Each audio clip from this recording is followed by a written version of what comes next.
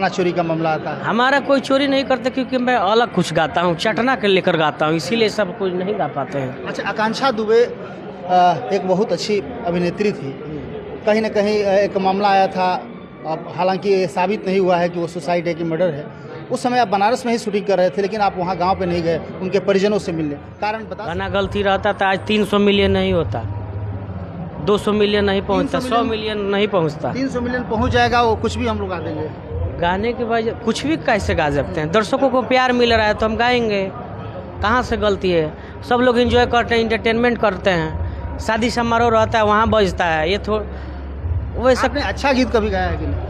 अच्छा गीत का कोई बढ़ावा दिया ही नहीं है, कोई मीडिया वाला बोला ही नहीं कि आपने अच्छा। प्रयास किया है? मैंने प्रयास किया देख रहे हैं समृद्धि न्यूज़ चैनल में हो सुख तिवारी। इस वक्त हम लोग गया में हैं और गया चंदन यादव भोजपुरी के एक बहुत ही अच्छे गायक है चंदन यादव, उनके शादी समारोह में हम लोग आए हुए हैं और इस वक्त हमारे